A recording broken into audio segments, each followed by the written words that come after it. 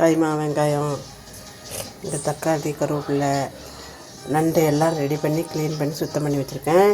வெங்காயம் தக்காளிலாம் ரெடி பண்ணி வச்சாச்சு. இங்கே வந்து அரிசி வந்துகிட்ருக்கு சாதத்துக்கும் அங்கே சட்டியை வச்சாச்சு. எல்லாம் சமைக்க போகிறோம். வாங்க எப்படி சமைக்கிறேன்னு பார்க்கலாம். பாருங்கள், எண்ணெய் ஊற்றியாச்சு. இப்போ கடுகு வெந்தயம் போட போகிறேன். கடுகு போட்டாச்சு. கொஞ்சமாக வெந்தயம்,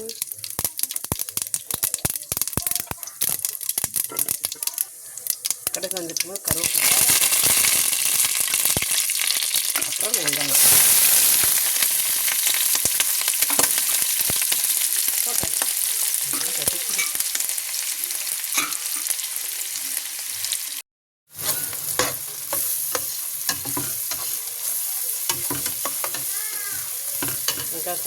வெங்காயம் போட்டாச்சு. இப்போ தக்காளியும் போட்டு வணக்க போகிறேன். வணக்கிட்டு மசாலா போடணும்.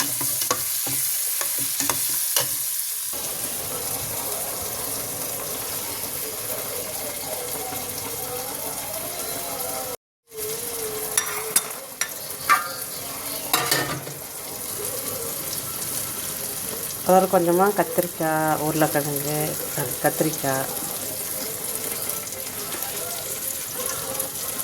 கத்திரிக்காயும் உருளைக்கிழங்கு போட போகிறோம். வாங்க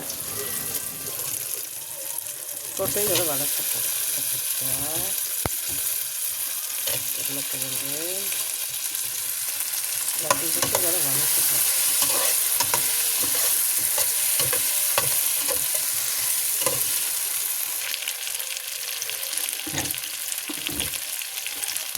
அதுக்கப்புறம் வீட்டு மசாலா தூள் கொஞ்சம் வீட்டு மசாலா தூள் போட்டு வதக்கிட்டு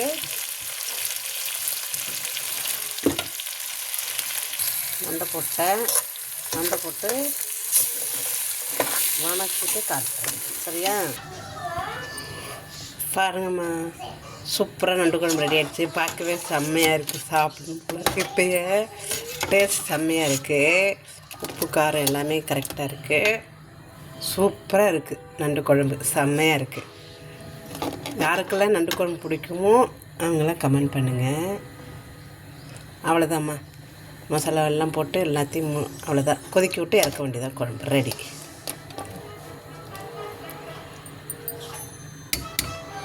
சூப்பராக இருக்குது. நண்டு குழம்பு ரெடி.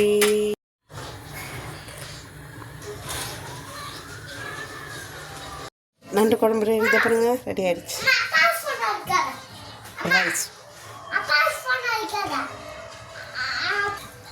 பாருங்க, நண்டு குழம்பு ரெடி. இங்கே ஒயிட் ரைஸ் ரெடி. வாங்க சாப்பிட்லாம் எல்லோரும்.